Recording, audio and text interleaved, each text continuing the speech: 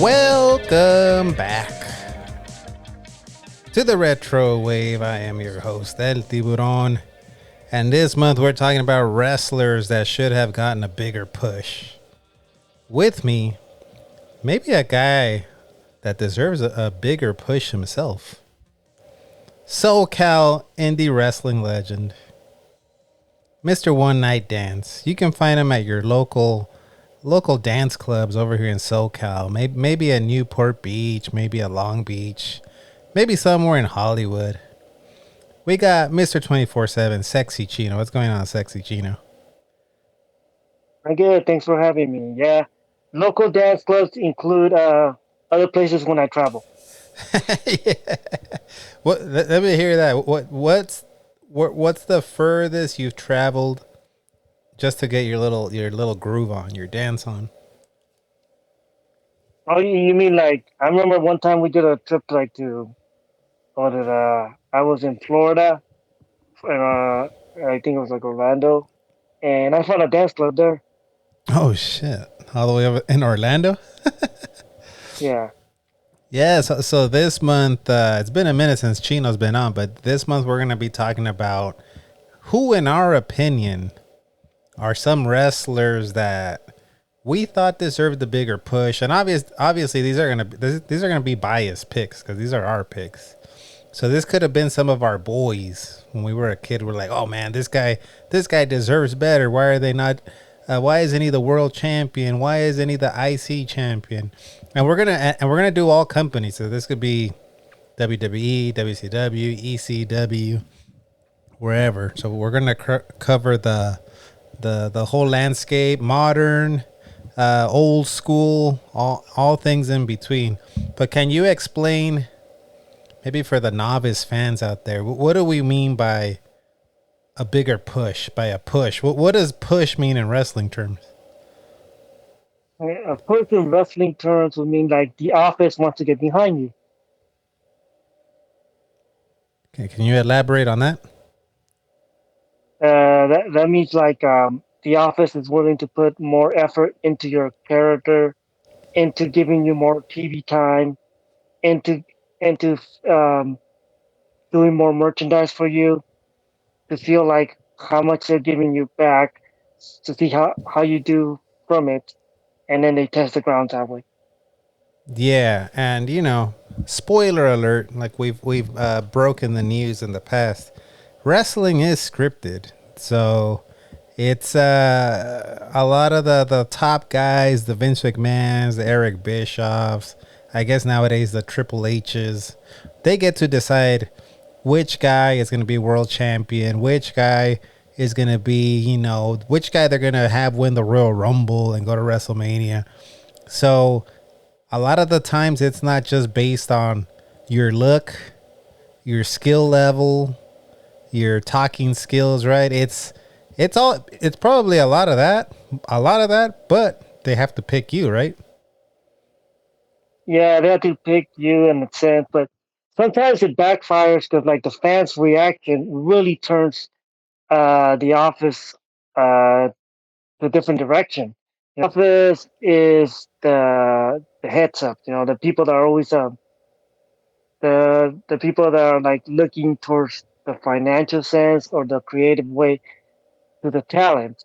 But without talent, sometimes the talent goes out there in the crowd, gets the talent, and it organically, like I'll give you a good example, Brian Danielson, Daniel Bryan, the, the office did not really want to get behind him. Basically, they only saw one plan for him, they didn't see it going past this. We talk about being a glass ceiling or reaching the brass ring.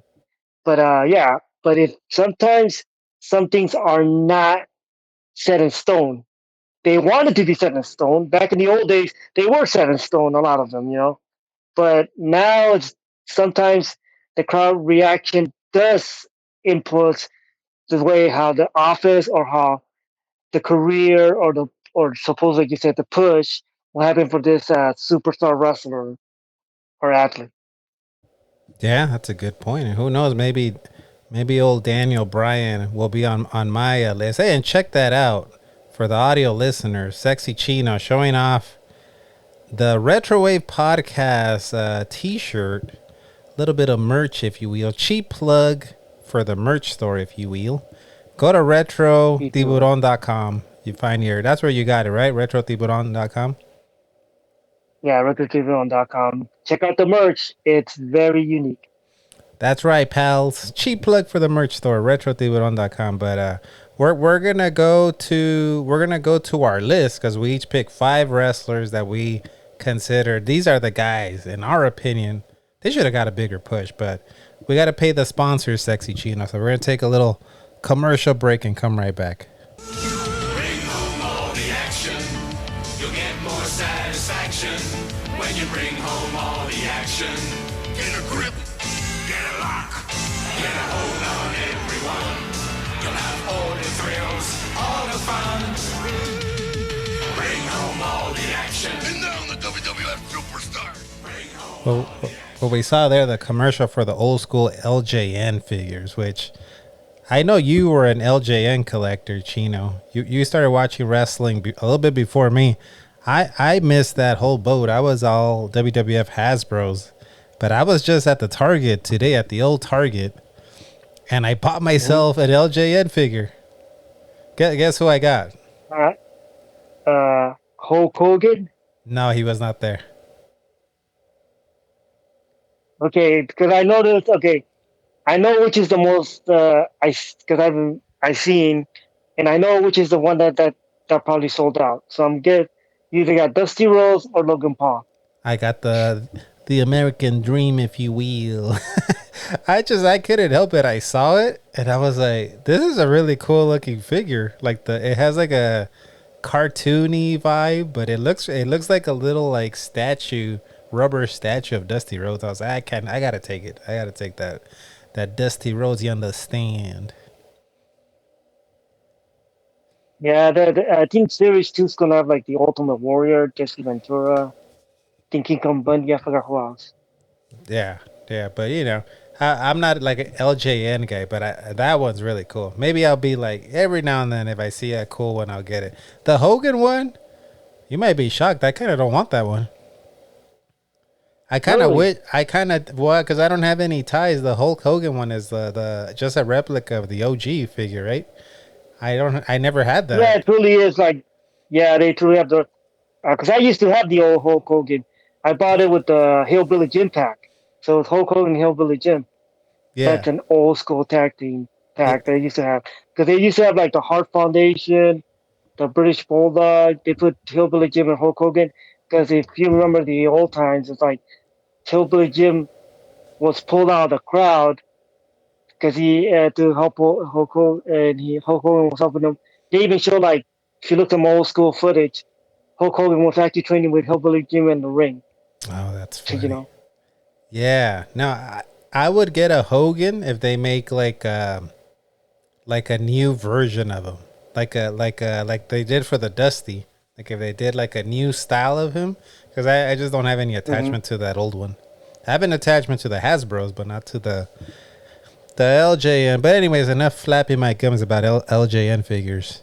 We're gonna go Sexy Chino from number 5 to number 1, meaning like who our number 1, who is the guy that we were banging our on the tables, banging our head on the wall as little kids, like punching the TV.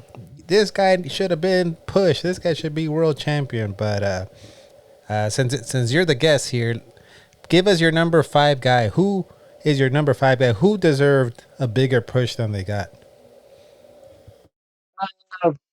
I'm gonna go number 5 with somebody who has great uh, ring psychology in that ring, who was who was actually so well liked that he couldn't even face Hulk Hogan.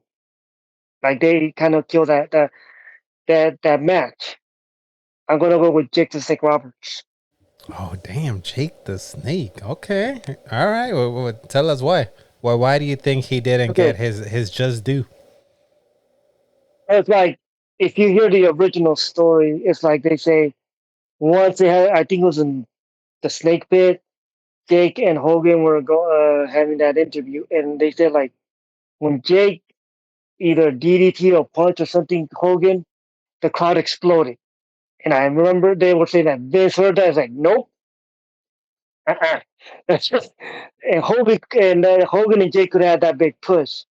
But the funny thing is like I don't know how many weeks back or whatever it is.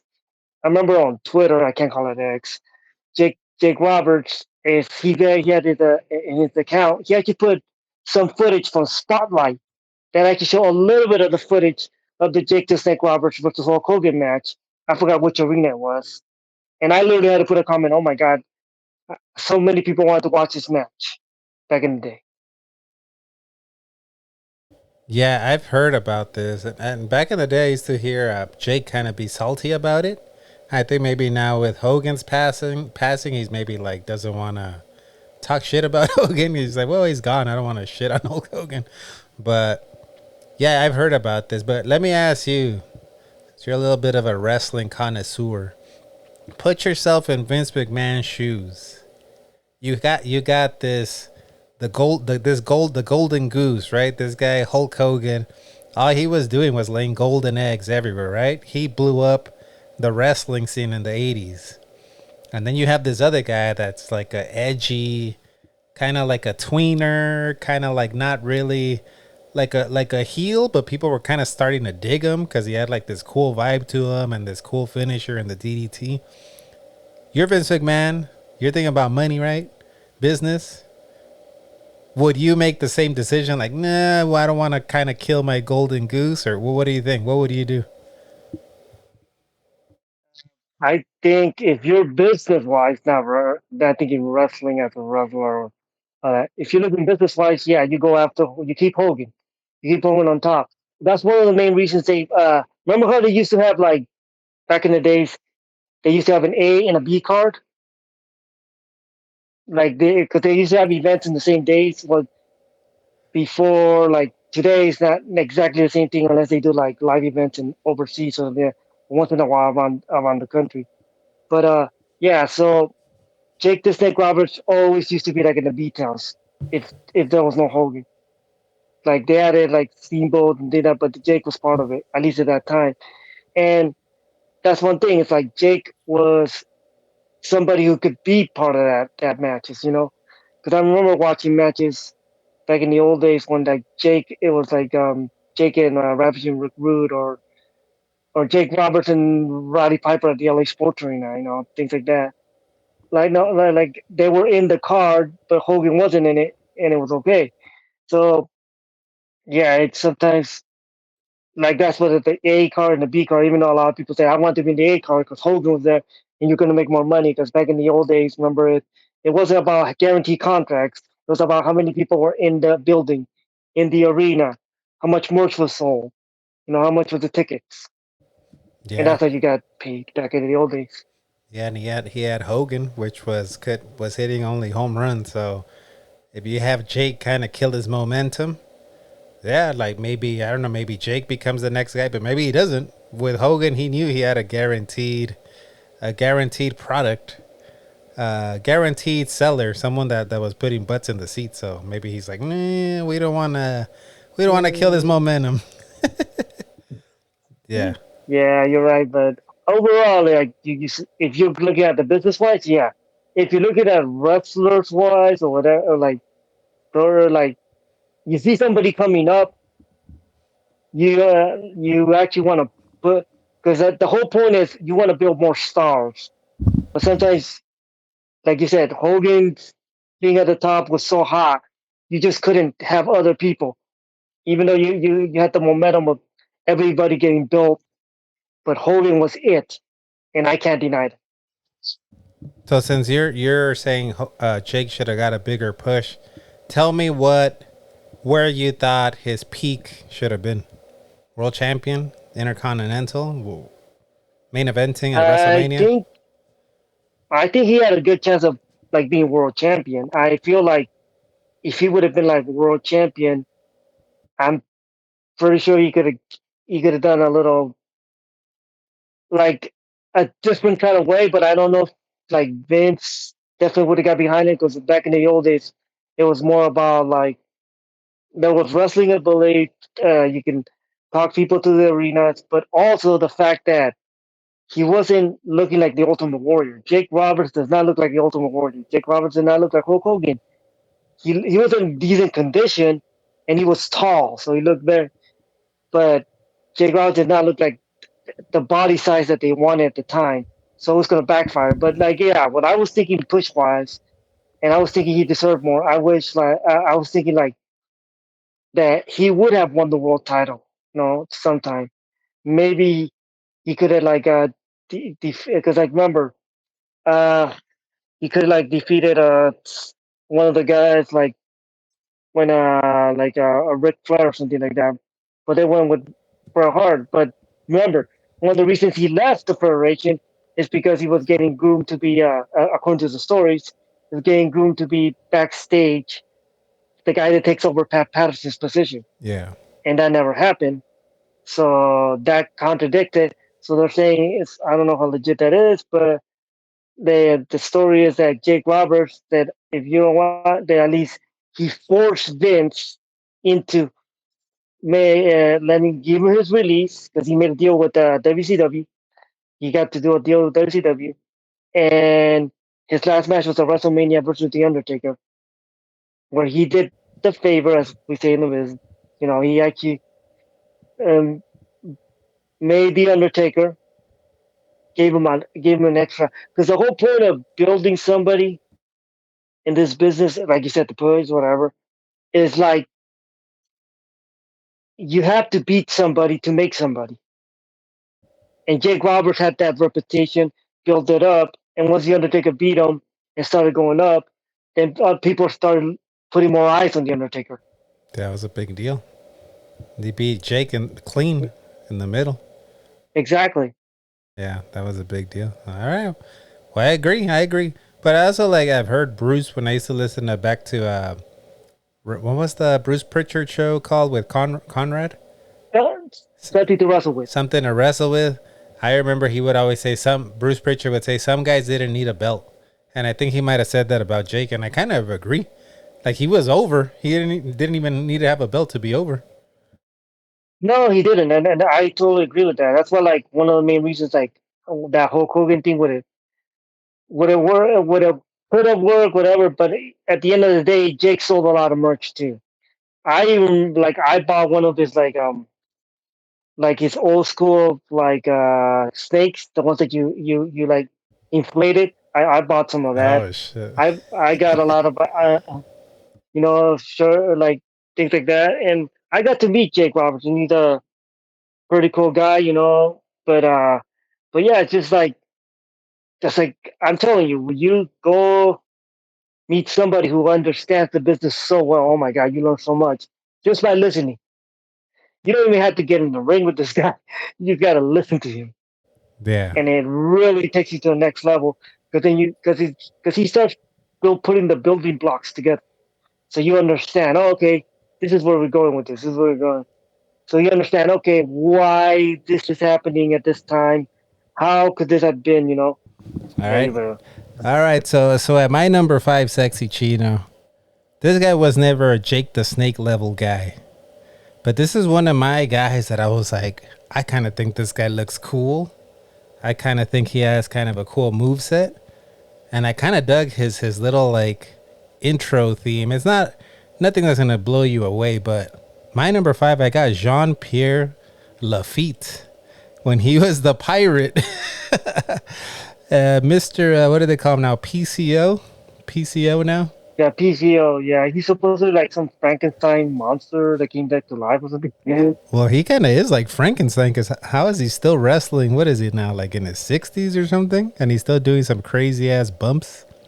No, I think he was young when he first started.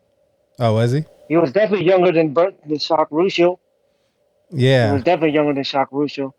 Yeah, but he's yeah, he was a young guy, but he was just a guy. I thought he looked cool.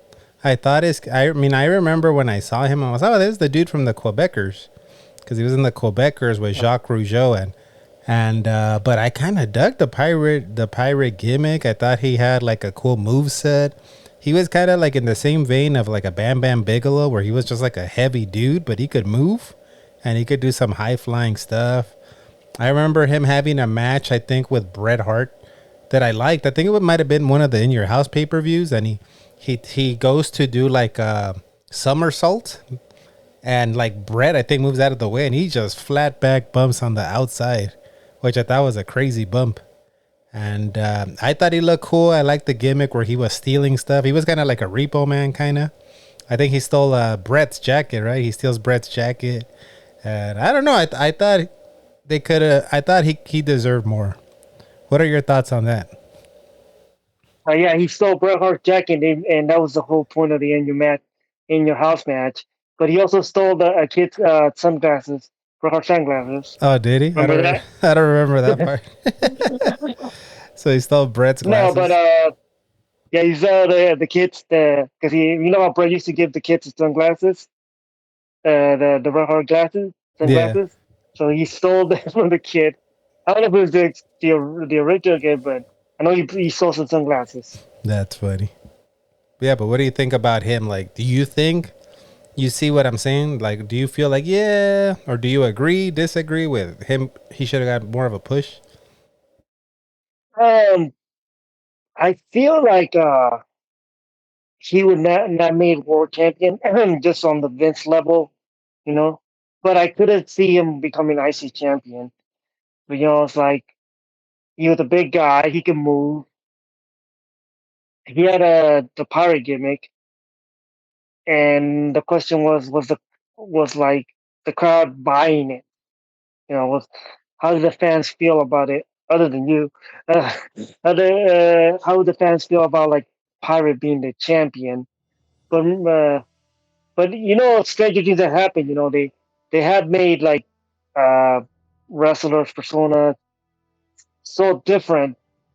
Had a chance to win the title, actually win the title. So yeah, I think they would have had. He had a good wrestling ability. He had youth behind him. Him and Bret had a good match. But like the question is, would you have seen a match between him and Shawn? Because I don't know if they even had that. Because I know they had the Diesel. You heard about the Diesel and Diesel and him, Russell, Kevin Nash and him, and they were doing that thing in Montreal Oh in yeah, Canada. that's when And he he was walked going like, out. I can't lose. He walked That's one of out. the main reasons he walked out. Yeah, I remember hearing the story. I don't know how legit it is, but he says one of the main reasons that he didn't want to lose in Montreal is because like Jacques Rougeau was still running there, and he was going to use him. I guess it's back in the '95. I think it's 90. Was it '95 around that time? '95. Yeah, so like around that time, contracted talent could still do some live events like from other companies. It just had to be approved. And I'm playing in the background the Jean Pierre Lafitte theme. I don't think you can hear it, but I kind of liked how subtle it was. Felt like kind of adventurous, like you were on like some adventure to look for some pirate booty. I know you're a Pirate? big fan of the booty, Sexy Chino. No, I didn't see the booty man there. But yeah, Jean Pierre Lafitte. Look, he's jacked. He's young. I'm not saying he should have been world champion, but Do you agree with me? I see. I think he could have been IC. Maybe he was already a tag champion. Maybe he could have been teamed up with the Repo Man and stole. They could have stole more items and been a tag team champions. I don't know. I just maybe not even an IC champion, but just someone that was like a contender. Someone that was like always there, like one of the middle of the card contender guys. I thought he was kind of gone pretty quick. Reliable talent, right? Yeah, I mean he got to wrestle reliable talent. Brett. Yeah, he got to wrestle Brett, and that was it. He was gone. So they had. It seems like they had plans for him. Was why would he wrestle Brett? Not everybody wrestles Brett at a pay-per-view. They had plans, but like things didn't work out. If you believe the stories, there was like contradiction with the click. Yeah, So the good that old didn't help the click. cause. Good old Click. But all right, that was my number 5. Who do you have at number 4? I got a, I got a guy that you probably don't think. Well, you a lot of people wouldn't think he's that good, but he is good. He's really good. He's very silent, and you said like you don't just go to WWF or WWE, right? So I went outside of that, and I'm going to WCW and WA. I'm going to Beautiful Bobby Eaton, Oh shit. a Okay. very underrated talent, very underrated. If you hear a lot of the guys talk about how good he was in the ring, his timing, everything else, he was there for everybody. Man, he was so good, and he was such a great tag team wrestler.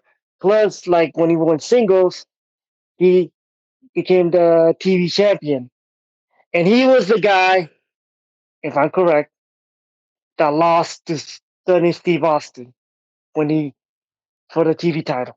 So he was the one that started that Austin run, at least in the WCW. Beautiful Bobby. And what iteration were you a big fan of? Was it when he was in the where they called the Midnight Express? Where was what was the iteration you loved? As we watch some highlights Uh, here of Beautiful Bobby right here. yeah, beautiful Bobby. Like I like the Midnight Express, but one of the things that's very underrated was when he was part of the enforced. He was part of the Dangerous Alliance, and guess who he teamed up with? Another guy that's underrated, a very good wrestler in Arn Anderson. Oh, old double A.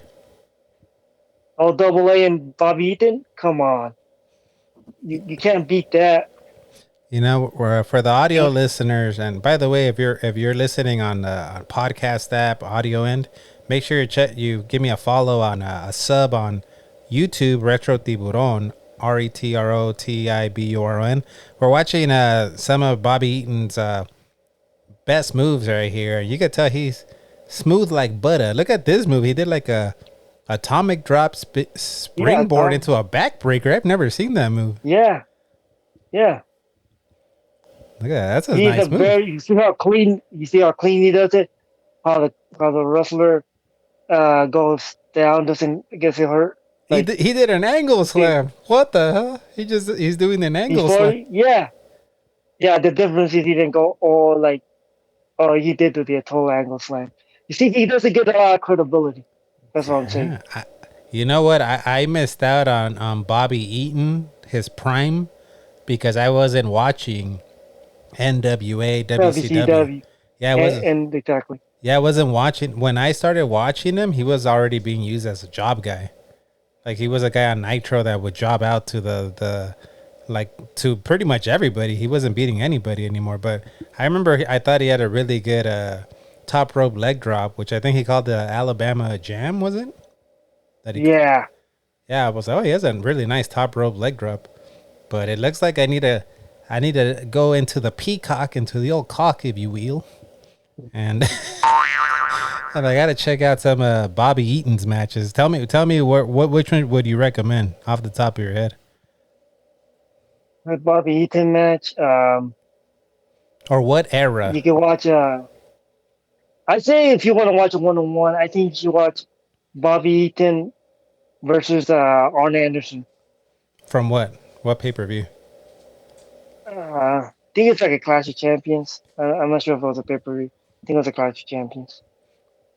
Yeah, But yeah, Bobby Eaton's really good, and you wanna, yeah, you want to watch a tag team match, watch uh the Midnight Express, I believe. I guess either Thunderbolts or the Young Pistols. I think it's one of the Halloween Habits.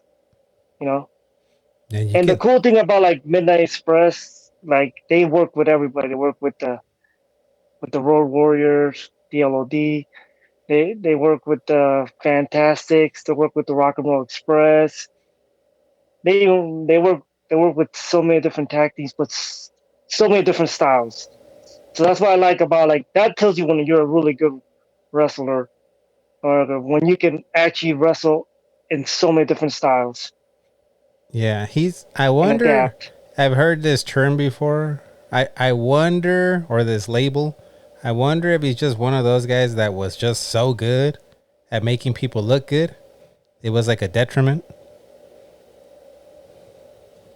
It's you mean like yeah, it's like they get what's it, a pitching hole? Is that what it's called? Yeah, like he was too good at making people look good, where it kind of cost him that he was so good at making people look good. Yeah, I'm just I like I could like that's what I'm saying. People, but you need those kind of guys, like you talk about. You do need those kind of guys. As much as everybody wants to be the world champion, everyone's you need those kind of guys because then how does it build the other people? Because here's one for you, your buddy, the great Hulk Hogan. How good have he have been if people like the Honky Tonk Man, Akeem the African Dream, or the One Man Gang, King Haku, King Harley Race. If any of those guys did not even like make Hogan look good, as he say in this business, or give him a competitive match, and then he beat him, and he was beating so many people. It's like, oh shoot, Hogan's becoming a big deal. It's like the thing with Brock Lesnar, they just keep beating people. Oh, then people start keeping an eye out on them. So if you don't have those guys, even Road Dogg said this once. Yeah, Austin is great. Everybody knows it, but if you have nobody taking his stunners, then I don't know how well he would have got the crowd into it. That is true. Yeah. You got to root for the underdog. So where would you put this guy? Like, he's a WCW guy. What do you think he deserved? What should have been his peak? Um, Definitely, I think he could have been U.S.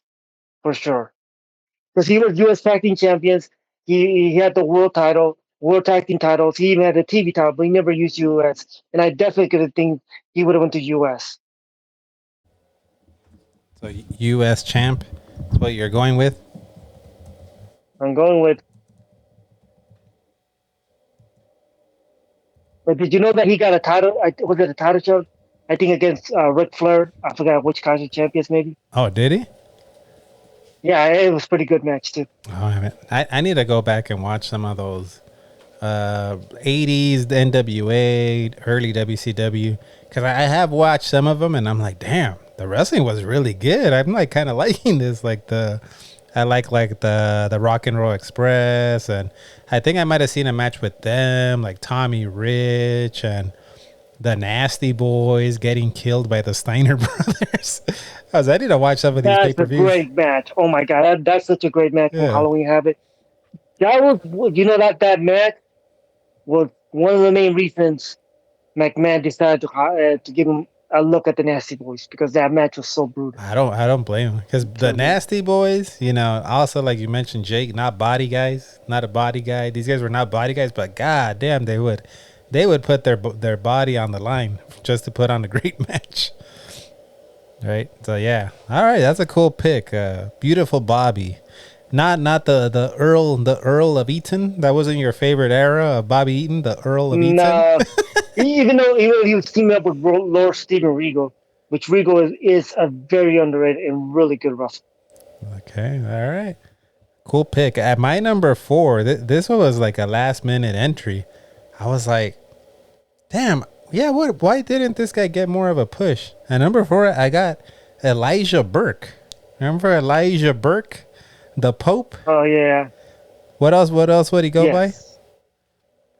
The Pope. He went by D'Angelo Dinero, the Pope. Yeah, D'Angelo Dinero, the Pope.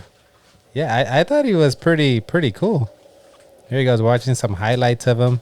I thought he had like a cool look. I thought he had like a cool move set. He could talk. You could see that he could talk. Like I thought he could. I don't know. I was kind of confused why he didn't get more of a push in WWE, and he was young as hell. I'm guessing when he was in the ECW, that whole ECW thing, like he must have been like early 20s, right? Yeah, he was pretty young back then. Yeah. What are your thoughts on my pick right here? What are your thoughts on the Elijah Burke or the Pope D'Angelo Dinero? I think he was kind of underrated, even though I know CM Punk didn't really like him as much. but but yeah, I think he did really did have a chance.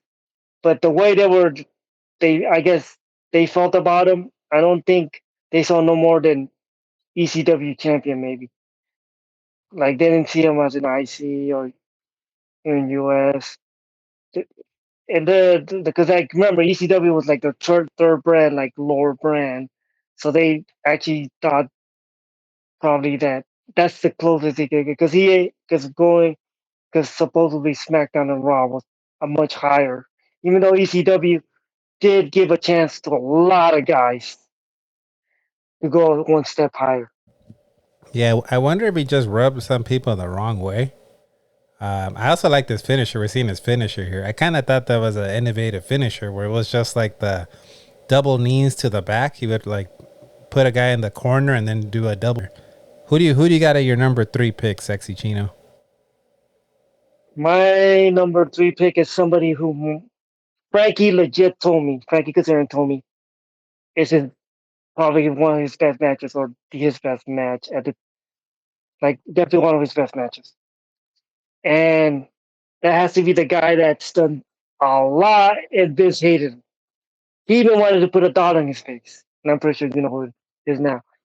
I think Christian Cage right now at AEW. But I feel like Christian was one of those guys that could have got so much more. He did win the world title because Edge, got hurt and everything else. But it felt like they didn't really see anything in him, because this guy was a utility worker. He can go in the ring, he could talk and do that. His stuff was clean. He was on time. Timing was there. It's like that's so I always felt like Christian was very underrated. Even they gave him the title, but it was for more of a cup of tea or just to make Randy look better, which it's supposed to be, like you said, like these utility workers.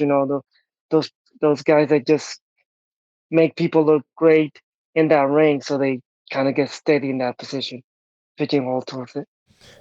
Yeah, I was watching a video on, I don't know if it was Bruce Pritchard or who, talking about Christian and why he never really got pushed. And I think I don't know who it was, if it was Bruce Pritchard or who, but they were saying like Vince didn't like that he was so skinny, that he wasn't Yeah, like a body, he wasn't jacked. Like that's why he could never see him as a. Oh, you know what it was? It was the Todd Grisham, the interview with Chris Van Vliet, and oh, it's Christian. Oh, it is like when he put that tone of voice when he said yeah, it's completely Christian coming back. It's like, oh, it's Christian. yeah, it was. Like, come on. Yeah, if you guys should check that out if you haven't. If you're a fan of that early 2000s WWE, Todd Grisham, he was like an announcer and commentator. He talks about how when Christian made his return from TNA, he was friends with Christian, so he wanted to like hype him up, like super, like he wanted to hype up Christian, right? Because he liked them. And what if Vince McMahon said, no, just say it's Christian. Oh look, it's Christian. And that was it, right? Like kind of Oh, like it's a Christian. whatever. Like, well, whatever. Yeah, it's Christian. Yeah. But Yeah. I Oh, agree. it's Christian. I always thought he was, not gonna lie, I always thought he was better than Edge. I know a lot of people would, they say that who's the Jannetty? They would probably say Christian was the Jannetty. And I always think that's kind of BS because Jannetty was pretty damn good. Jannetty was no chopped liver, Sexy Chino. No, he wasn't. But when you Christian, finish the thought, yeah, but I thought Christian was a better worker than Edge, a better wrestler, better moves, more. He had a better finisher with the unprettier. I just thought overall, like ring work wise, he was better. He was better than Edge. yeah. Like, that's what I was telling you. Like the You know what's funny about the Marty Jannetty rating system? Marty Jannetty is another guy that definitely could have got more, but once again, his demons got to him. Yeah, Sometimes guys like that are so freaking good, but unfortunately, demons get to them.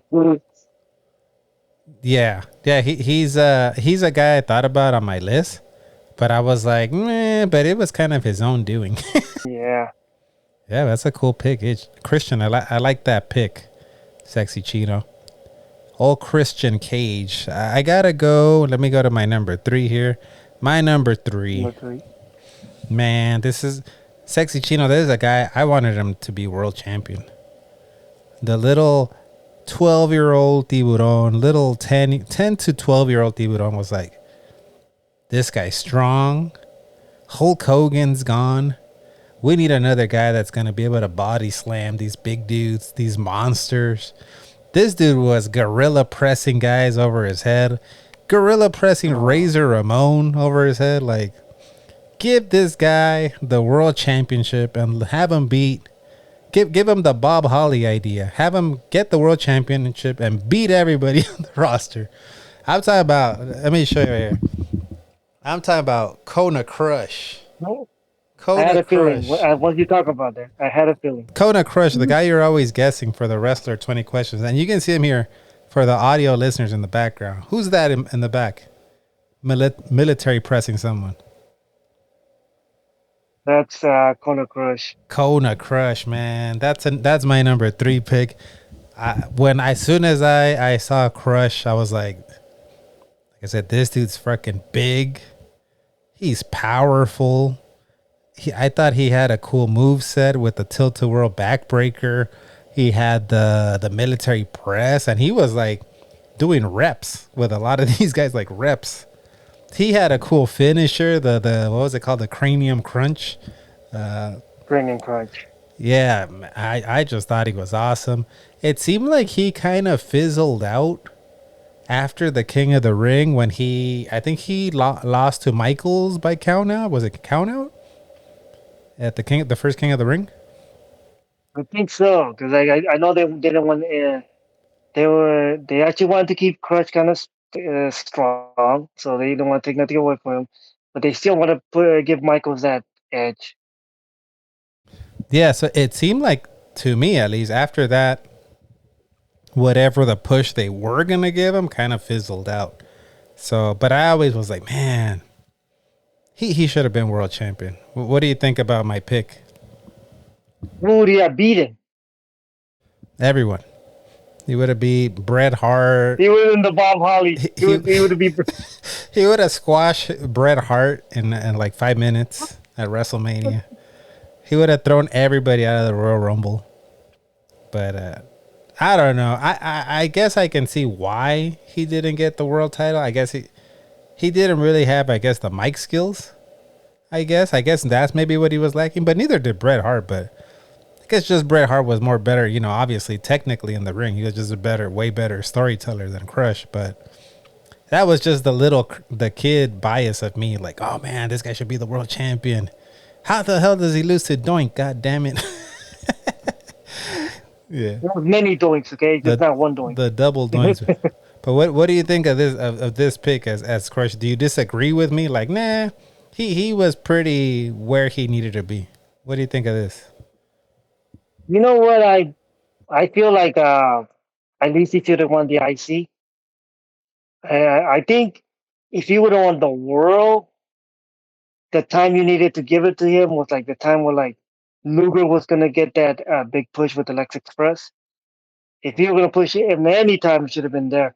Because if you look at it, when they do that body slam on that ship on the 4th of July, he actually gets him up a little, and then like, oh shoot, I'm not supposed to like Luger. So he does get him up more than anybody else. Dude, he lifts him up like straight up. Like straight up. Like the Lex Luger one was like kind of like, how Bobby, it's a hip toss. Hip toss. I kind of agree, but Crush gets him up, like up. All he didn't need to do was the rotation, but obviously they didn't want him to slam him. It was going to be Luger. So he kind of faked like, oh, my back went out. But yeah, but that's the time. If you were going to push him anytime, it should have been there. Because remember, if he would have done it, it's like, oh, yeah, that would have got the big. But they know Lex Luger's got to come with the with the big helicopter, with the U.S. shirt, the American flag shirt on, walking the ring with his cowboy boots. He had those Yeah, jeans tighter than Sexy Chino's jeans. pockets. Did you? Okay, talk about pirates. Yeah, so you heard the rib they played on Joko? No, what did they do? Okay, so you know how it was? Like, I believe it was in New York, right? It was like in one of those ships, and they put the ring, but they put the ring early, and it was a hot day, Oh yeah, yeah. Mm-hmm. and and so and so like Yoko, he wrestled without footwear, right? Yeah, he would just wear So kind of like they look like kind of like ankle bracelets, kind of. Yeah, yeah, but still that's still barefoot. but barefoot, pretty much. So Yeah, it was really hot, and then Yoko was going to put it on his Yodis, and Fuji kicked him out. So through the whole thing, Yoko had to be on, on the hot canvas, and I'll tell you that. So if it was vinyl, he would have died. I'll tell you that. Regular that canvas, it was so hot, so he had like the hot foot most of the time in that whole event. yeah they were burning his little tootsies. But Yeah, he's little cookies. check this out. Check out for the audio listeners. We're gonna watch a clip of. Explain what we're seeing here, Sexy Chino, for to the audio listeners. What are we seeing here? Look at this strength. Oh, it's a Crush military pressing the Undertaker. One, two, three, Look at that. four times. Look at that, man. And I know it's pro wrestling. It takes two to tango. If Undertaker didn't want to get military press, he wasn't going to get military press. But that he still has to get him up there, and he still has to You get still gotta those get him reps up. in. He still got to get those reps in. So, God damn it, Crush should have been world champion. He should have been the Stone Cold, not Steve Austin. It should have been Crush. Crush 316. He should have taken on McMahon, taken down the whole Ministry of Darkness.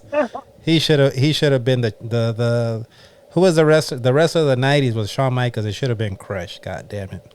I'm sticking with that Man, he story, should have Gino. been dancing to the ring. He should have been trying to take off his I'm just your sexy his crush. clothes. Dixie Crush. I'm Yeah. gonna crush your head, crush your head. Exactly. God damn it, man. I loved Crush. R.I.P. Crush. But well, okay, we're at our top twos now. What do you got at number two? Okay, number two, I got somebody who you probably agree with. A guy that's so underrated, but so much charisma, and he gave so much to the business. And he was one of the guys that actually made like the starting role of a championship in a single career for another wrestler, which you probably know. But I'm talking about Kurt Hennig, Mr. Perfect. Oh, damn. Okay. That Okay. guy, oh my God. I feel like at the time of the Royal Rumble, everything was coming, the momentum was there. Hogan and Perfect, but it wasn't meant to be. But like you said, he probably got pigeonholed because he was so good, but he was an IC champ. And what I was talking about, like, he was the one, even with a back injury, he wanted to make Bret Hart. He wanted to give him that chance. And at SummerSlam 91, he did. He gave him that chance. And that match is great. And, and that match is memorable on the fact that Perfect was wrestling with a back injury, and also the fact that Bret Hart showed a different way how to do the sharpshooter for the first time. And what's more memorable about that is the fact that Bret Hart literally stole his tights at the end of the match, ripped it out of him. But yeah, I feel like Mr. Perfect is one of the most underrated guys in this business. Definitely could have used a better push. Think about it. He came back in 2002 and still wrestled great matches. Even though he had like demons and that kind of caught up with him at that time. But honestly, I know you would say the Mr. Perfect Bret Hart of the KOR. another Yeah, great match too. I love that But match. like what I'm saying, exactly what I'm saying is the fact that when you had a Mr. Perfect match, you knew you were going to be entertained, and you knew that fact that you were going to get good wrestling. So I went with Mr. Perfect. Man, Correct. I couldn't agree. I couldn't agree more. But let me ask you this, because unlike some of the other guys we picked, Mr. Perfect did get a good run in the mid card, and he did get some. You know, he was IC champion for a while, and he did get some main event matches against Hogan. What was it, Saturday night's main event, right? So, unlike some of the other guys, he got some shine. So, what do you mean by bigger push? Are you talking about he should have been a world champion? I feel like he could have been more like like more of a world champion, and I feel like people would have gotten behind him, so he can. But he got the pigeonhole, and that's what happens. Like you're so good, you can't be above this level. And I felt Mr. Perfect Honey for sure should have been above that level. Like you said, it should have been like Mr. Perfect 316 doing doing the perfect flex on everybody. Like and it's sort of giving throwing the finger, throwing the towel in people's faces. But like honestly, that's how I felt. Like Mr. Perfect was so freaking good. I've been watching some of his other matches. Oh my god. And like I said, he did get a decent push, but I feel like people would have bought him being world champion. That's what I mean by like a push Okay, at that. so you want him, yeah, world. You're talking about world champion because, like I said, he was kind of like a middle of the card guy when he was like towards like more like 90, 91. He was kind of like pretty much the middle of the card guy. Like he was the your IC guy, pretty much from 90 to through 91 until he had that back injury. Yeah, That seemed to kind of like slow exactly. his momentum. But yeah, I agree. I love Mr. Perfect. Like I love like that King of the Ring match against Bret Hart. I love it. I love the Raw match against Flair when the loser leaves town match. I love the when he those series of matches he had against Doink. I think he wrestled him like on it was for the qualifier for the King of the Ring. Remember he wrestled him like 3 times. I Yes, think. yes, yes. We're watching here for the audio listeners. The perfect plex. I know a lot of people have done the perfect plex since Kurt Hennig, but there's something about the way Hennig hits it. It's different. It's just it looks smoother. Maybe it's the way he kind of like pumps it, like he kind of like setting it up. Something about it, it just looks better than how anybody else does it. Do you want me to tell you what I think it is? What is What it? I think you're seeing, what I see? Okay, look, we're watching right now. He's doing it on the Giants. Yeah, that was crazy. I remember seeing that live on Nitro. Okay, do you? So have you noticed when Mr. Perfect does his perfect flex, it's different than when Bad Boy used to his Yeah, Bagwell in sucked, and I WCW. love Bagwell, but that was So the difference is that Mr. Perfect worked on his head when he landed. That is the difference. So it looks so smooth because he lands on the bridge. Bagwell used to jump in and then he bridge when he hooked the move. Other people have done that. Mr. Perfect literally bridged because he had the big neck from like Larry Jackson. So he was able to bridge on that neck. And that's why. Go watch that footage again. You'll see when he lands on his neck. yeah. Okay, that maybe that's what it is because everyone I've seen do it, yeah, like you said, Bagwell used it for a while when he had just left Scotty Riggs. I know Sean Stasiak was doing a parody, a ripoff of Mr. Perfect. Other people I've seen doing, I'm like, why does it not look as good as Mr. Perfect? When Mr. Perfect would hit it, and I used to love the way he would kind of hit it out of nowhere. Like someone would go for a Yeah. backdrop, he'd get you in it. Someone would try to like give him back elbow, he'd get him in it. Like I don't know, man. Nobody can do it. Don't even try the damn perfect plex if you can't do it justice. Right, Sexy Chino? Don't even try it. Well, I don't know about don't even try it. I'm just saying, if you want to get as good a perfect, work your neck out Work that because you pencil gotta land on neck. that bridge. Work that You pencil gotta neck. work on that bridge. If you look at it, I'm telling you, look at the footage yourself. His neck is breaching if you look at how he lands. Yeah. I do love that all his promos just said perfect a lot though. A lot though. Nobody. What was his last line? No, nobody beats Mister Nobody Perfect. beats nobody. Yeah, I love. Yeah, he's one of those guys. I wish was around now to tell, so we could hear all his stories. Because he's one of those guys that always gets brought up, like being really funny, and also like being like kind of like a mentor to a lot of people.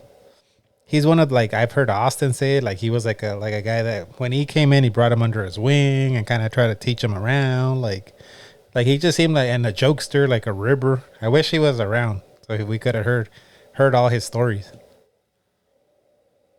Yeah. R.I.P. Mr. Perfect. R.I.P. Mr. Perfect. Hell yeah, R.I.P. Mr. Everybody. Perfect. But one of the greats. I think that's one of those guys. Nobody. I don't think I've heard anybody that's a fan of old school wrestling say, "Oh, Mr. Perfect sucks." Everybody likes Mr. Perfect. Everybody. Sexy Chino. All right, I'm gonna go to my number 2 pick here. I'm gonna show it on the screen. We got from the what was where was he touted from the Mile High Island or what was he from? 3 Mile Island, something like that. Yeah, I got another guy, and I'm going with both his monikers in WWF and WCW. And my number 2 pick, a guy that I thought deserved a bigger push, Adam Bomb. Adam Bomb slash Wrath. I thought I pick up, even though I'm more of a fan of Crush, I'm picking Adam Bomb at 2 because I thought, unlike Crush, at least Crush, he got like some like he had that WrestleMania 10 match against Randy Savage. He had when he Yeah. was that evil Crush. He got to feud with who was he feuding with Savage? I think a little bit with like Luger, right? Like he got a little bit more shine. Yeah. He had his own stable in the Disciples of Apocalypse. He was in the Intercontinental title match against Shawn Michaels at a pay per view. Adam Bomb didn't really get shit. Like he was on what was he on WrestleMania 10? How quickly does he lose to Earthquake at WrestleMania 10? He was part of Survivor Series. Yeah, but how quickly does he lose? He was like an afterthought in that pay per view. Like, hey, go out there and lose to Earthquake in like 10 seconds. So I put him at number 2 because I thought he just didn't get anything, and I thought, man, like this guy looks cool. Like he's jacked. He can kind of move, maybe not like a cruiserweight, but he was light on his feet. He would go to the top rope, do clotheslines. He would do like a slingshot clothesline, I think, too. I just thought, I was like, man, why didn't this guy do more in WWF or even as Wrath in WCW? Like they gave him that like Goldberg streak, and then Kevin Nash beats him, and then nothing ever happens after that. I got Adam Bomb slash Wrath at number 2. What do you think about this pick, Sexy Chino? As we watch his highlights here on the video. I think Brian Clark, Adam Bomb, Rat, you know, he was a very, or the Night Stalker. He was a, yeah, underrated worker, that's it. But you got to look at the times. That's the thing.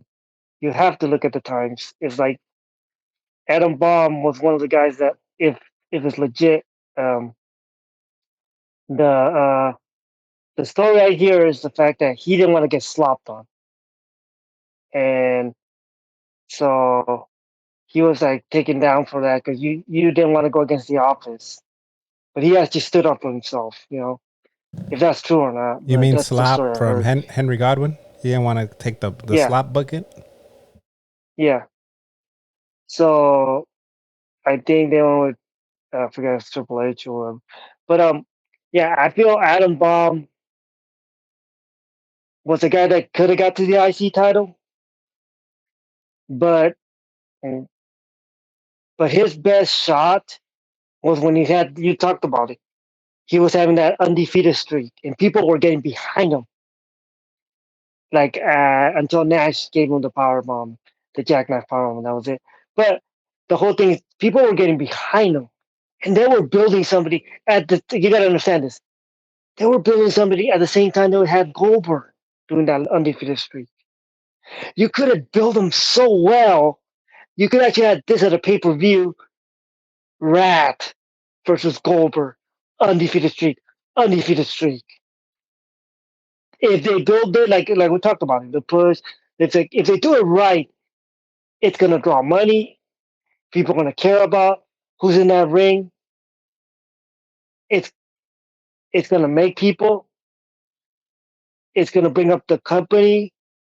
So that's the thing. If you talk about push, so that's where I think Rat, Adam Bomb, Brian Clark, the Night Stalker was there. Not even Chronic. The tag team titles, that's cool and all, but when they could pull the trigger, that had to be it.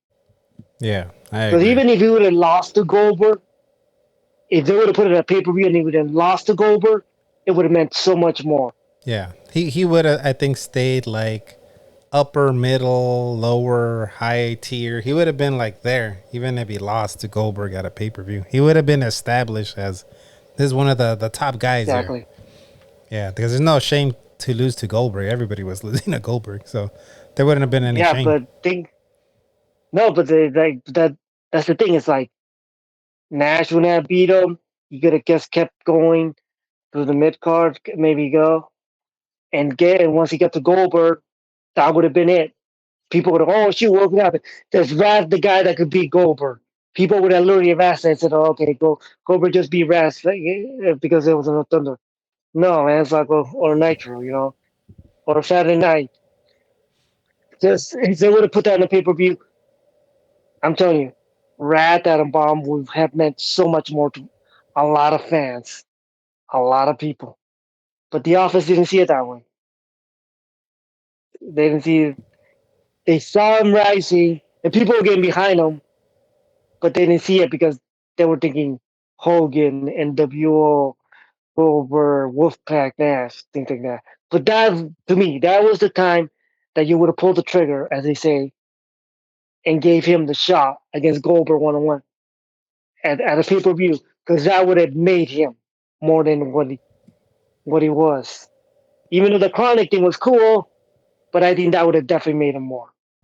Yeah, I agree. I agree. I guess I didn't understand how. I mean, it's not like he looked like some schmuck, like a Joe Schmo. The guy was jacked. He had a cool look. He could freaking move. Like he wasn't like a klutz in the ring. Like he could move. He could do high flying moves. He had cool finishers. He had the what was it called, the Atom Smasher or the Mushroom Cloud Power Bomb, the Meltdown. That move was Um, over. The Meltdown. Yeah, I just yeah, I just feel like I put him above Crush because I was like, man, he just didn't get anything for someone that looked as cool and jacked and has such a cool moveset. He didn't really get really much of anything. Outside, the biggest thing he got was, well, probably the Chronic, like you said, the tag title thing, and maybe that streak. But that was pretty much it. Thought he deserved more. But let's go to your number one. Who's Sexy Chino's number one guy that should have been pushed more than anybody? Who's your number one, Chino? I might have to be a little biased here because I literally know this guy. Oh no, you don't have to pick And me. That's all right. It's okay. Pick somebody else. You don't have no, to no, pick me. no. You're my honorable merchants. You know that.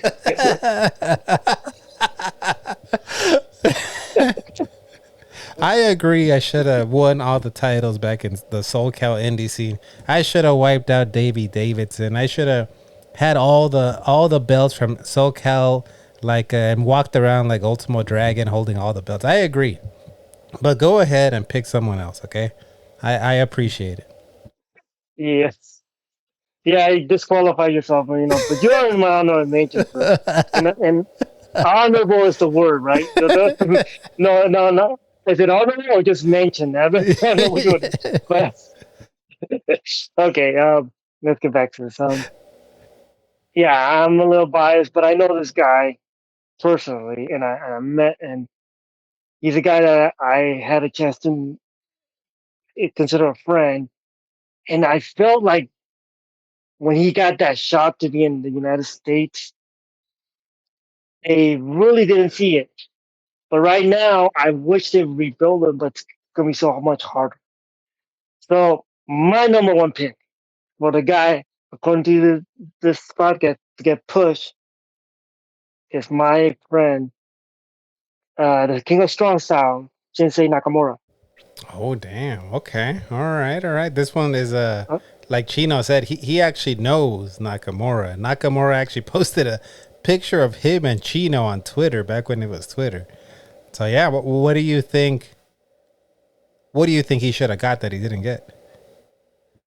okay, what I think he should have got was that he should have got a shot when they had that rest after he won the Royal Rumble. He was so hot, and Vince didn't see that, so they just couldn't say give Nakamura the chance at the to be the world champion at that time because everybody wanted it. Remember the Royal Rumble? He eliminated Roman Reigns, and they didn't see it.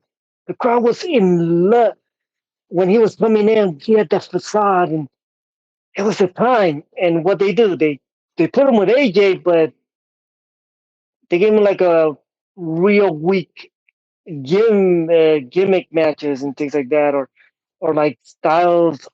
Like they made him the bad guy, but just low blowing him.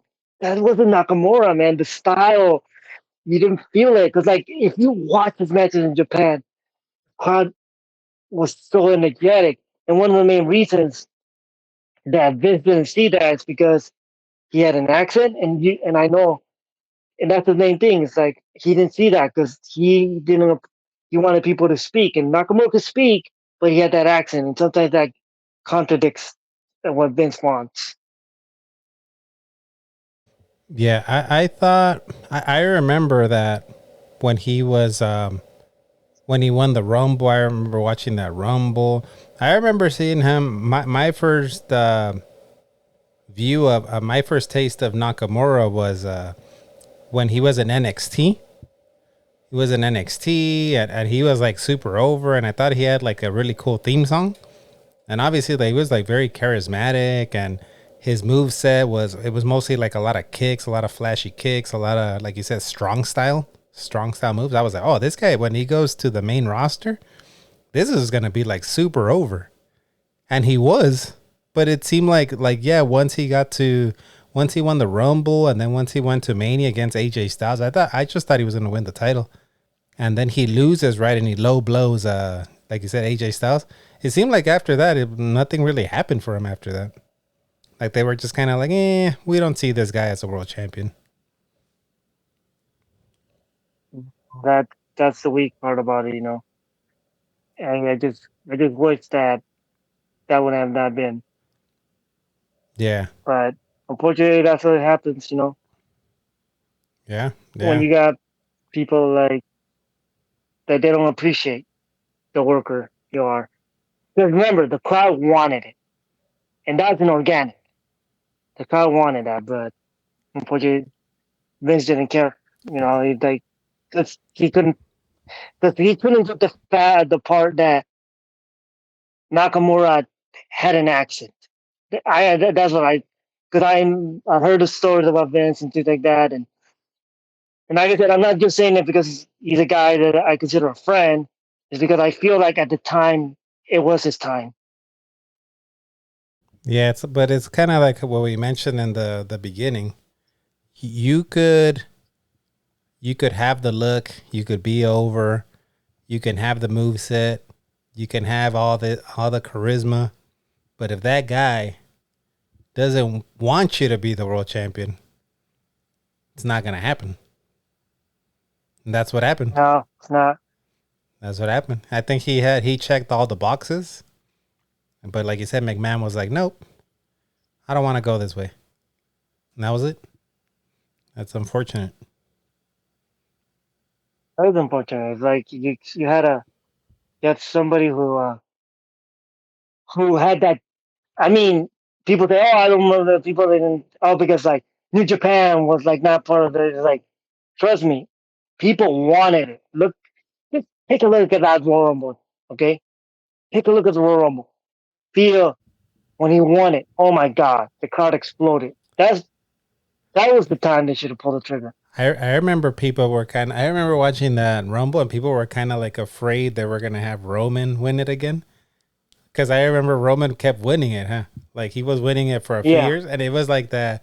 I remember seeing it. There was like that tension. Like, no, don't let Roman Reigns win again. We want Nakamura. And they actually let Nakamura win it. So, yeah, that sucks. But hopefully, hopefully now with the new regime, who knows? Hopefully something. He's not too old. He's probably still in his what, 30s, 40s? yeah, he's in his 40s, Yeah. but yeah, he's like just one of the guys. Like I said, it's like at that time he was so hot, and they just cooled him down. Yeah. They literally did that. Yeah. It's like when you have a hot bowl of soup and then you leave it out for too long and then you go eat it. You're like, man, this shit's cold. That was Nakamura. I need to put it back in the microwave. You got to put it back. Please. So that Triple H got to put Nakamura back in the microwave and heat him up again. But Yeah, all right. dear. Well, that was his number one. So, At my number one, I have a guy that I felt in WCW. You know how that's going to be a future episode too. We're going to do an episode, guys that were better in WCW and then sucked in WWE. We're going to do an episode on that. But this is one of those guys that's going to be on my list. This guy I thought was killing it in WCW. He had a cool look. I loved watching his matches. He didn't get world titles, but he got some titles. And then he goes to WWE and he's carrying around a mop and saying sausages. What the hell was he saying? I'm talking about Perry Saturn. I got Perry Saturn in my number one. That's my number one pick, Sexy Chino, just because I thought he was so cool. I loved watching him in WCW. I thought he was awesome. And then he goes to WWE, sorry. And I'm like, oh shit, like they have Saturn. Imagine the matches he's gonna have over there with all the wrestlers over there. He's gonna have some bangers. And they kind of didn't really ever like care for him. It seemed like from the Radicals, which was Benoit, Guerrero, Saturn, and Malenko, they only cared about Benoit and Guerrero, and I will say I don't blame them for those two being the top guys from that group, because I think we could both agree those probably were the two best all around wrestlers from that group. But Saturn was freaking awesome. And I feel like they just never like did anything with him. Like they just, like I said, had him carry a mop around and say schnausages and be like a joke. So my number one pick, I got Saturn. What do you think about my number one pick here? yeah, I believe Saturn is somebody who could got more. It's just at the time, look at all the talent that was there. Like you talk about attitude era, he was not gonna surpass The Rock. He wasn't gonna surpass Steve Austin at the time.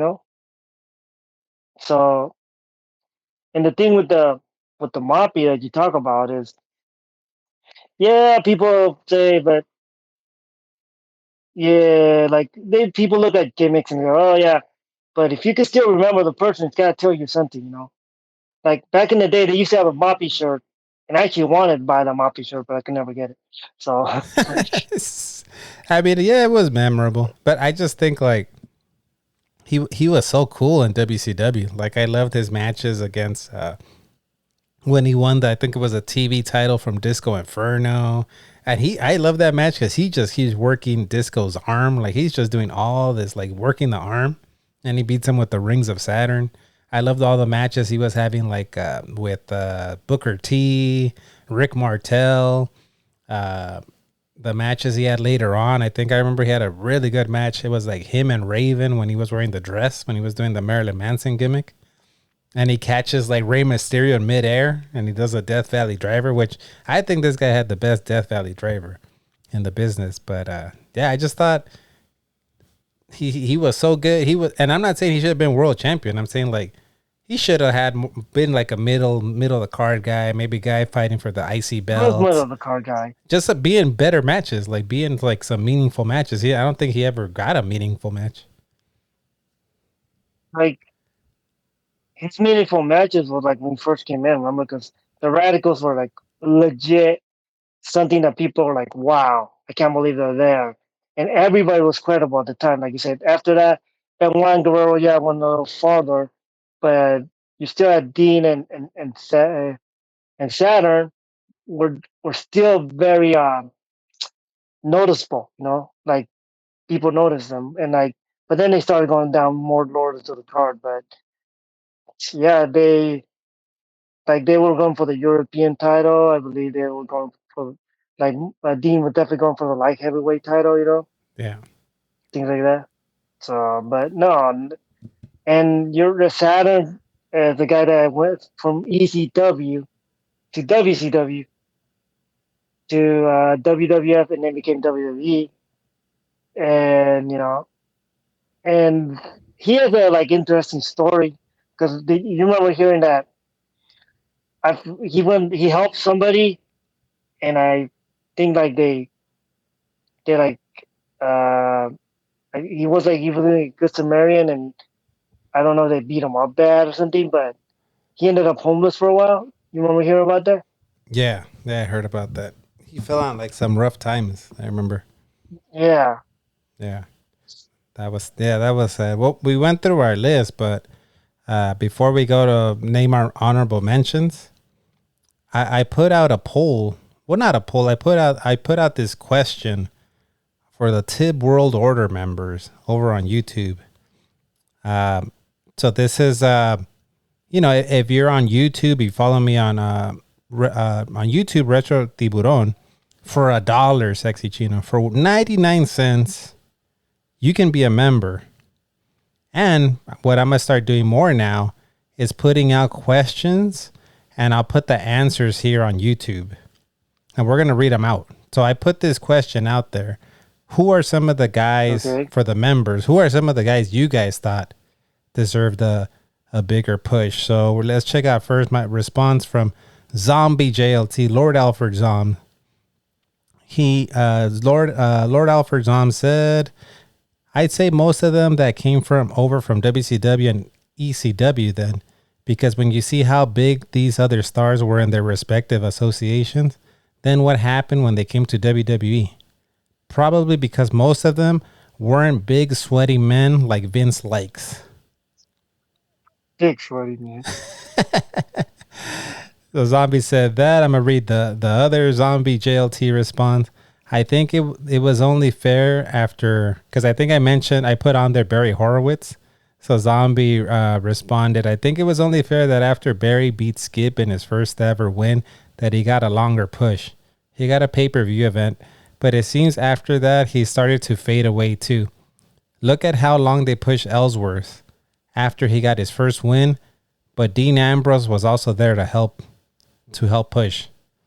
I think because of his ability to sell, Dolph Ziggler definitely should have been higher than mid card, at least for a while. What do you think about the Dolph Ziggler mention?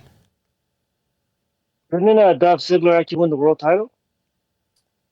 Yeah, but maybe he means he deserved a little bit more, because then after a while it seemed like he kind of fizzled out too. He was just kind of middle of the card for a while. Yeah, it's just he. Yeah,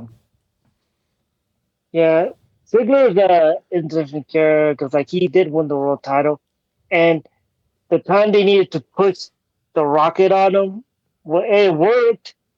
But then remember he got the concussion, and that kind of brought him back down Yeah, because he was out for a while. So then he wasn't as fresh as he was before.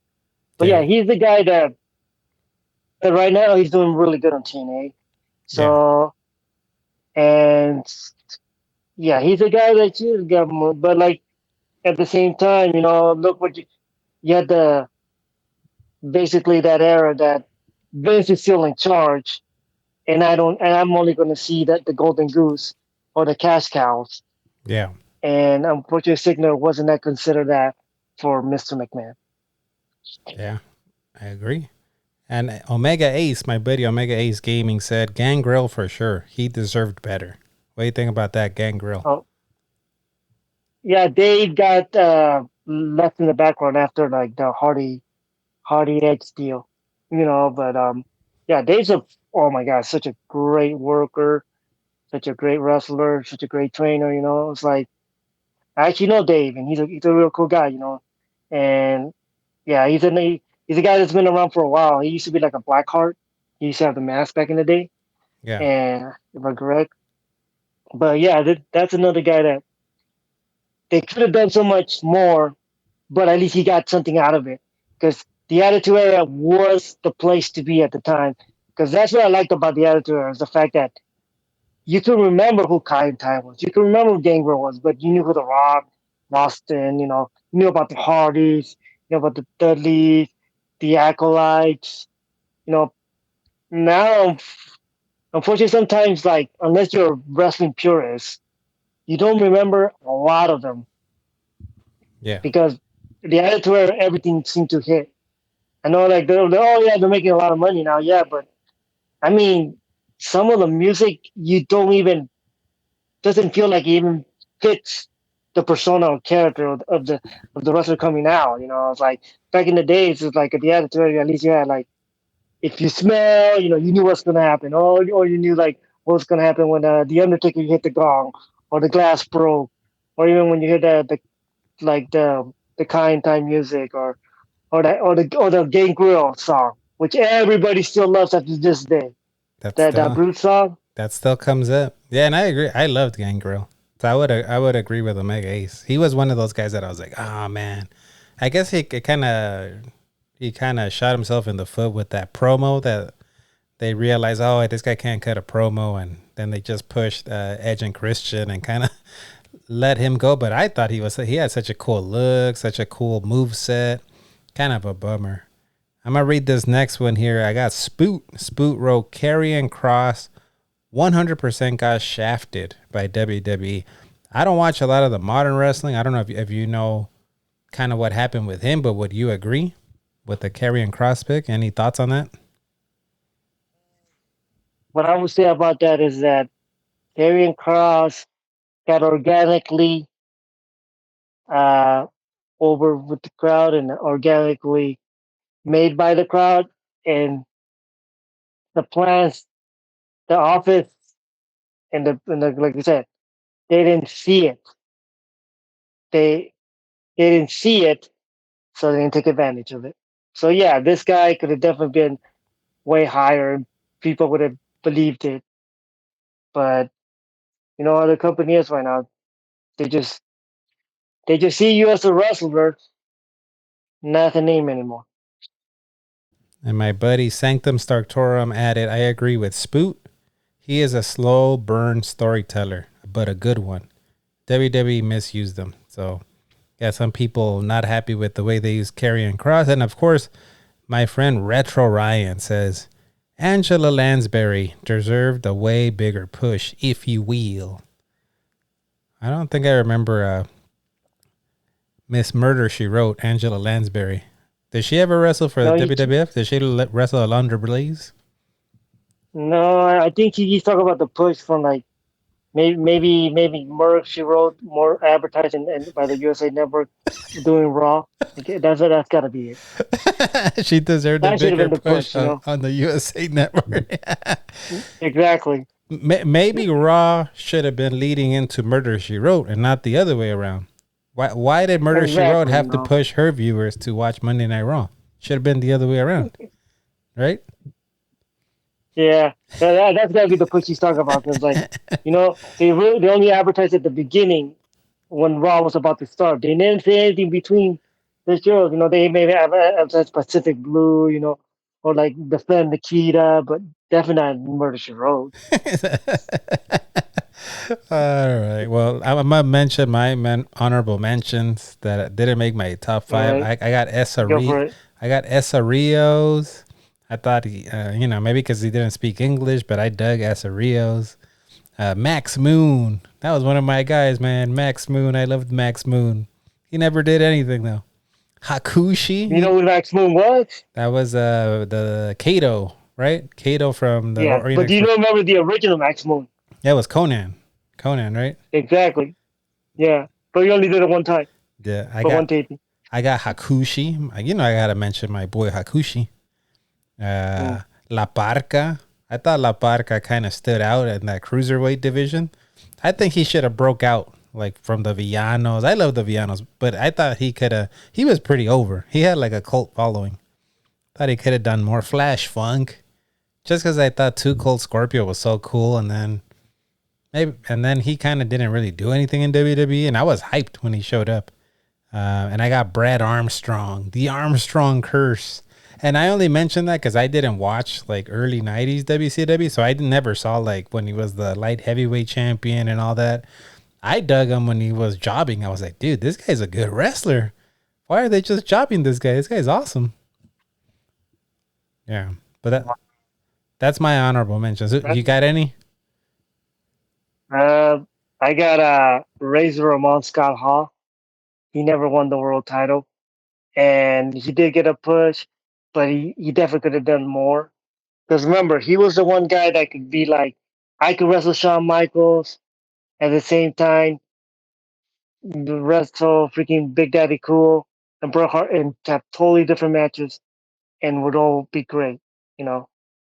And oh, that's one guy that I thought you should have had, the model Rick Martel, Yeah, because that's a good he point. was like another guy. Yeah. That's another guy like you felt like he was gonna get there, but he was such a good ham in the ring. Like I said, he probably got pigeonholed towards it, you know. Yeah, and like like I said, Martel was one of those guys that saw wrestling as a business more than he saw it as a career, because because he because he actually invested out before a lot of people did. He invested outside the business, so that was pretty cool. And I'm gonna have to agree with you. Tuco Scorpio, one of the very underrated guys in this business. I mean, such a good worker. I mean, think about it. He, for his size and what he did, he was able to have that agility of like a cruiserweight. He's like a 250-pound guy. You know, I mean, back then it was like very impressive, but now it's like 250-pound guys do the same thing as cruiserweight sometimes. You know, or even bigger. You Yeah. know, but so I went with that. I would say Marty Jannetty, but he was like you say his own worst enemy. Because Marty Jannetty, oh my God, it's some of the stuff he did in the ring is like so crisp. So, but yeah, Marty Jannetty definitely. And my last guy would be Double A Arn Anderson, because Double A is another guy that just felt like he was there more utility, even though he's a tag team.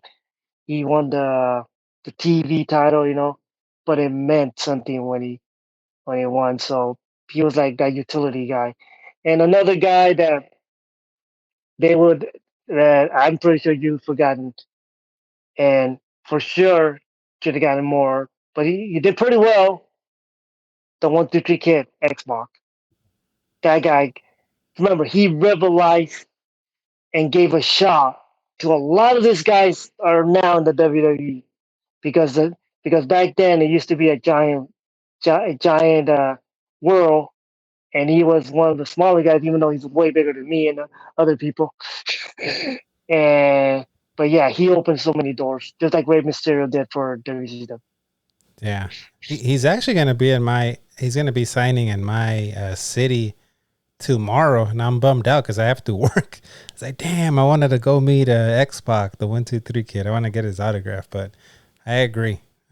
He was one of the pioneers, even though now he'd be one of the bigger guys. But back then he was one of the Yeah, one small, of the bigger guys, exactly. one of those small guys. But yeah, thanks for the people that chimed in too on YouTube. Like I said, if you want to join in on the conversation, I'm going to be doing that more with the future episodes to get some more interaction. Like I'm going to put questions out there and read them off during the episode. But yeah, you know, Sexy Chino, what time it is. Because it is tradition tradition around here to Why play a not? little trivia game at the end of the episode. And guess what we're doing? Guess what trivia game we're playing? 20 question one.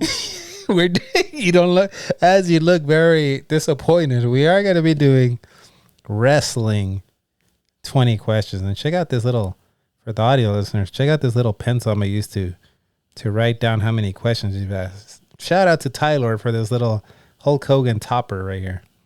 But yeah, we're gonna go to a commercial break. We're gonna come back, and we're gonna see if Sexy Chino can guess the wrestler that's on my mind right now, in my noggin. We'll be right back. Will you please see what those boys are up to? Introducing WWF Wrestling Buddies. Wrestling Buddies from Tonka. Funk 'em, bop 'em. Wrestling Buddies are looking for action. Hey, fellas, what's going on? Nothing, Dad. Who do you think you are? Dad, Hulk Hogan! Wrestling Buddies want to be your buddy. Henry, what's going on up there? Nothing, dear. WWF Wrestling Buddies, new from Tonka. Each sold separately. All right, we're back, pals. So yeah, we're gonna do wrestler 20 questions. Go over the rules again in case some people forgot or Sexy Chino needs a refresher. Sexy Chino, I'm thinking of a wrestler, and he fits this theme for today's episode. That's a clue. You have 20 questions to try to whittle down who it is to figure out. So you get 20 questions and a guess. You can only ask me questions that require a yes or no answer from me. So let's get started.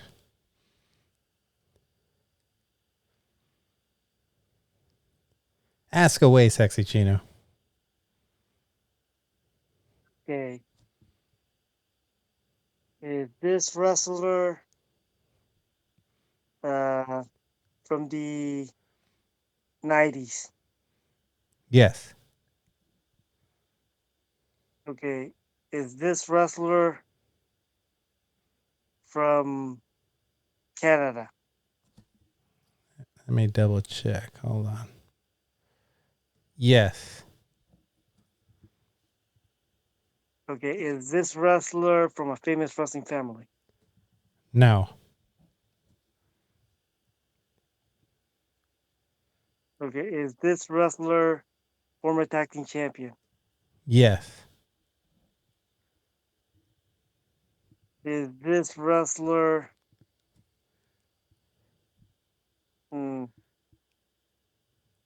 headline WrestleMania? No. That's 5 questions. Okay. Is this wrestler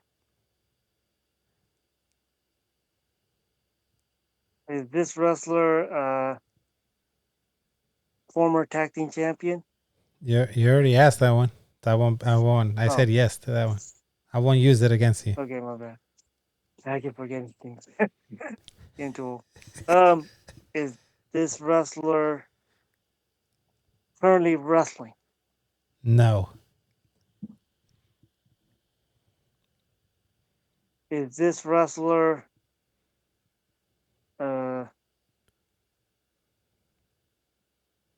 in the wrestle pro in your house? Was he in one of in your houses?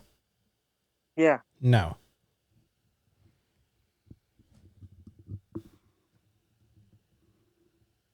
Is this wrestler wrestle for WCW? Yes. Is this wrestler headline SummerSlam? No.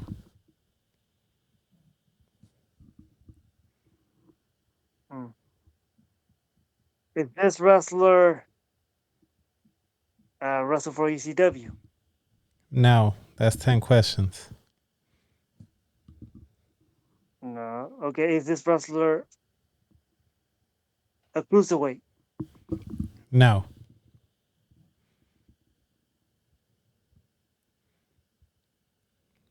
Is this wrestler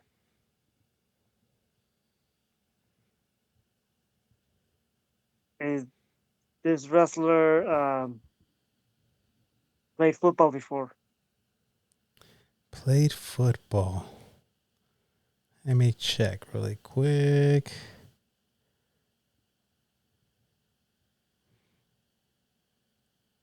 I don't believe so. If he is, he's not one of those guys like a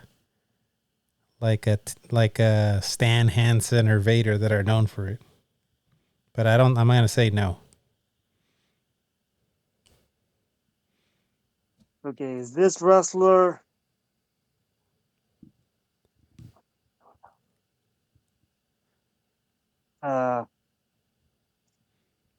jeez. What else? No. Is this wrestler been in a Royal Rumble? Yes.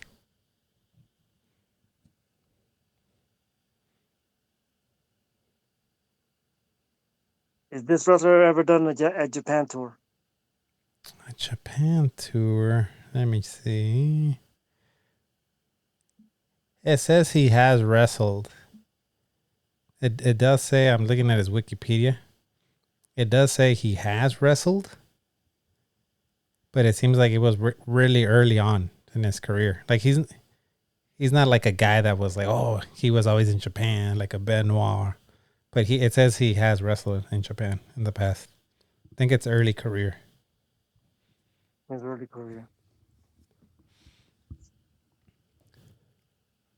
Okay, is this wrestler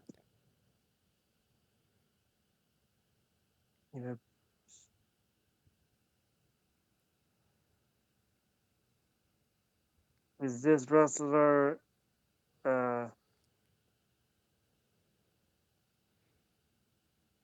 won a mid-card title?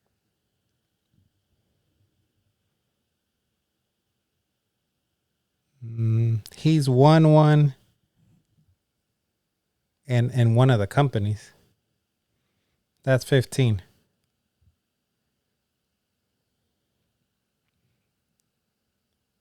Because remember, you asked You say he's different Canadian? different companies he's wrestled for. Remember? Yeah.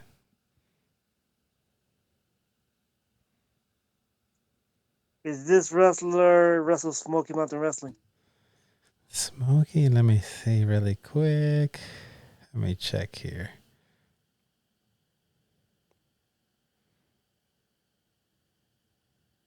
We'll edit all this out, pal.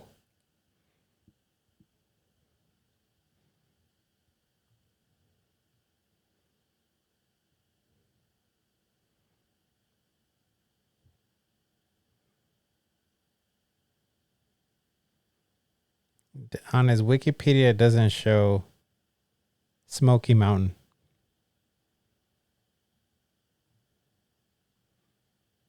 Oh. So he's wrestled for ECW? Is this wrestler wrestled for ECW? No. No. Hmm.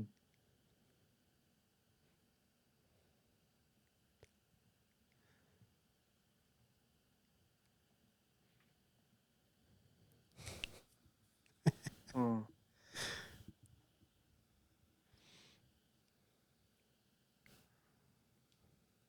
Oh, okay. Is this wrestler retired now? He is. He's retired.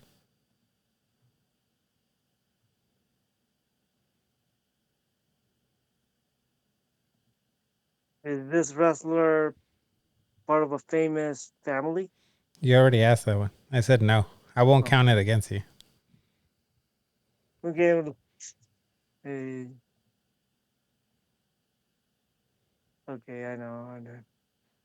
Oh, it could be. Is this wrestler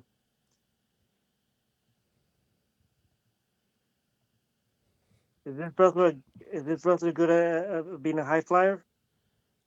Mm, I think maybe very early on in his career, he might have done some high flying, but he's not known as a high flyer. That's 19 questions. You have one question left I got one more, right? and a guess. That's fine.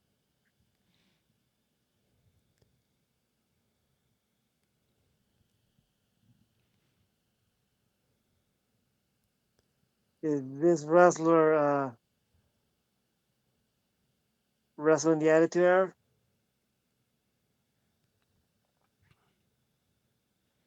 I don't think he ever got TV. Not on TV, I think.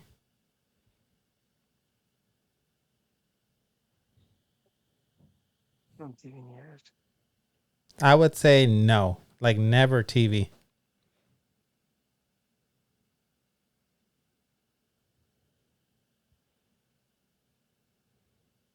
So you gotta take a guess. That was 20 questions. So what do you know so far? I know he's Canadian. And what else? Uh, he don't wrestle in ECW. So, you know, he wrestled WCW, I WWF. know he was in WCW. Yeah. He said he got. Oh, I think I might have it. Oh, shit. Let's hear it. Okay, I think it's Primetime Elix Skipper. Primetime Elix Skipper. It is not Primetime Elix Skipper, Sexy Chino. Oh, he's not Canadian, damn it. He worked for Team Canada. It is not, but I thought you were so close. Getting a phone call. Who is this? Who's calling? What? Hold on. Someone's calling. Hello? Hello? Who's there?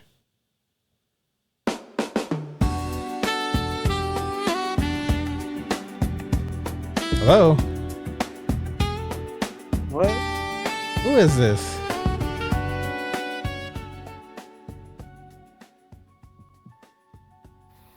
Sexy Chino, I heard you couldn't even guess me, Rick the Metal Martel. And honestly, I'm not surprised. A man of my class, my sophistication, my style. Of course it would go right over your head. You've spent so many years dancing around your little SoCal rings, you wouldn't recognize true intelligence if it sprayed you in the face.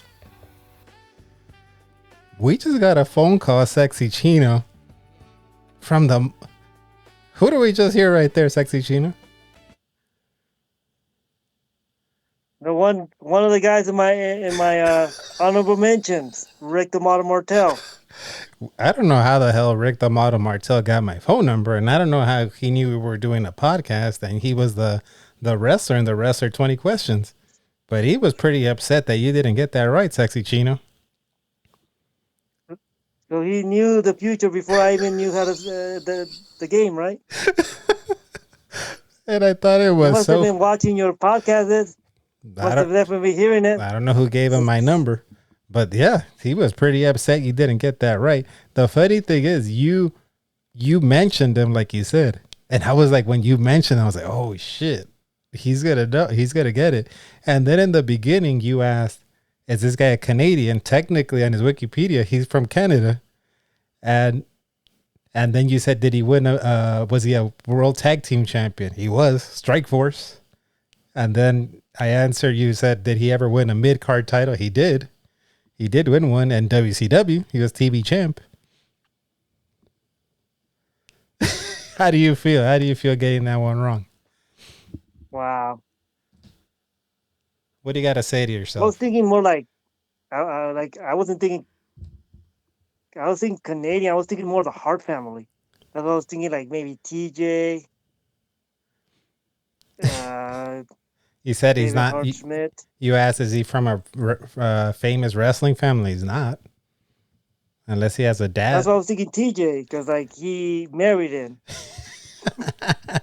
You were so. I thought when you were asking the first. When you thought, I was like, oh, he's like, oh, okay. And I was thinking, he like Skipper because Team Canada, but I forgot he's actually from New York. So like, Yeah, and then you asked the question. I thought you were going to get in the first 5 questions. I was like, damn, he's asking some good questions. He's a former tag team champion, Canadian, a mid-card title. I was like, he's going to get it. He's going to get it. He didn't get it. Sexy Chino, I thought you were going to, I was like, it's going to happen. He's going to break his streak. He's going to get it right. And sorry, Mr. Martel, you want to apologize to Martel. He called in and everything for not guessing him right. wow. Okay, I apologize to Rick the Modern Martel. I was thinking of mid Carter that needed a push, and that's just that day I was thinking more of the Hart family because it keeps going to Canada. I was even thinking Lance Storm, but you took away Smoky Mountain. Yeah. No, I was more prepared. I was looking at my Wikipedia and I was like, nah, I don't see Smoky Mountain here, but I did see he's, I guess, from like Quebec, right? Canadian. Yeah. Sorry, Mr. Martel. I'll call you back later when I get a chance. But what are we gonna do, Sexy Chino? What are we gonna do about that? But we're gonna take a little commercial break. Come back and wrap it up. Wow, the stinger. Timmy, I'm from the Dream Come True Fantasy Foundation. You ready to wrestle? You bet. Mom, Dad, it's really him. Hold on. Now I'm ready.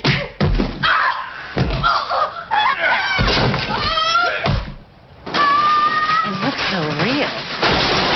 Don't count on Sprite to do anything but quench your thirst. Hey, Sexy Chino, at least you didn't guess Crush this time. Gotta give yourself credit for Crush that. is not from Canada.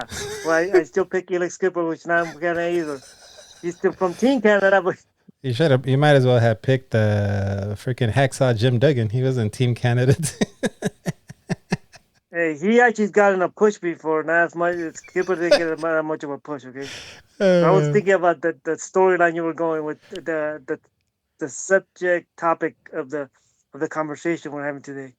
That was funny. But Sexy Chino, why don't you, thanks for being on the show again. Always a blast talking some wrestling with Chino right here. I feel like a lot of these discussions we've had in the past, just not in a podcast. So it's kind of fun to just record the conversations. But why don't you tell the people what you got going on? This episode's dropping February 2026. What's going on in the world of Chino in February 2026? I'll be checking things out. You can always, I got a couple of, I got like an event coming up, but I'll be putting more information on my socials, which is at Dance Chino Dance for Instagram and the Twitter because I can't call it the X. But yeah, so you can check me out. You can also check out like the and on Instagram at No Mercy School, I believe it's called. So that's one that Robbie's running. So I've been helping out. We have classes over there, but that's the place you want to check out for ID. But yeah, to check me out, I'm at Dance Chino Dance, both on the Instagram and the Twitter.